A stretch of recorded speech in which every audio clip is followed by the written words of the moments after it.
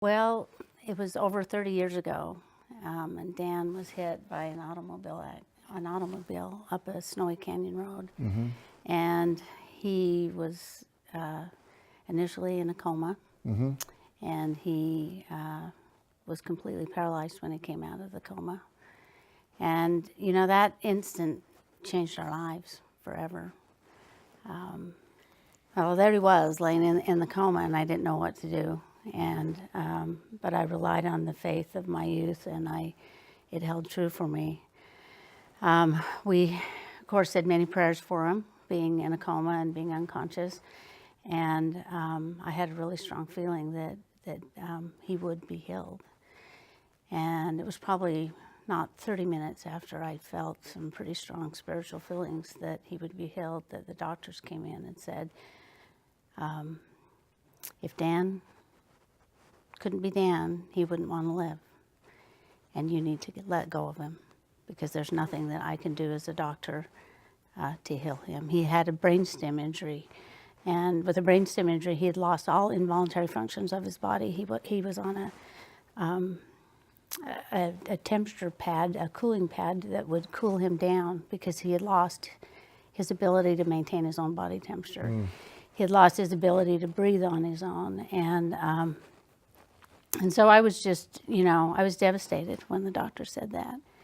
But I had to hold on to how I felt deep inside, and the faith that I had, and really the feelings that I'd had, my inner feelings about how I felt about this. And this continued on for about a week. He was still in a coma, really deep, and it was a time where I had to come to terms with not only, you know, did I believe maybe that he could be healed, because I have the faith for that, but the greater question was, what if he wasn't healed? And could I live with a husband that was disabled? Mm-hmm. And as I came to terms with that, I said a prayer, and basically that day he opened his eyes, and we watched him start to heal, and we watched his sweat glands start to work, and then we watched one side of his body start to work, and slowly, day at a time, little miracle at a time, he went from a point of complete paralysis when he first came out of his coma, to a point where about 3 months later he could walk with assistance. So that was the challenge. That was the life changer for us. I think the thing that we've learned, and I think this is the passion that drives us, is that we have over 30 years behind us, okay, and we can see back of all those times when it was dark, and all those times when we couldn't see, you know, what was going to happen.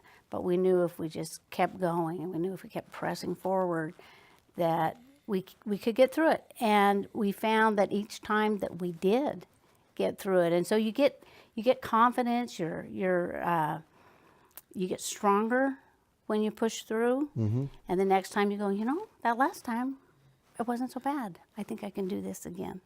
And I think that's the hope and the courage that we want to offer to other people, because sometimes when it's so dark and you don't know what's going to happen, and you're going down this path and you don't have it figured out, and you don't think that you can get through it, we hope that our story of pressing forward can, you know, give someone else the courage to get through it.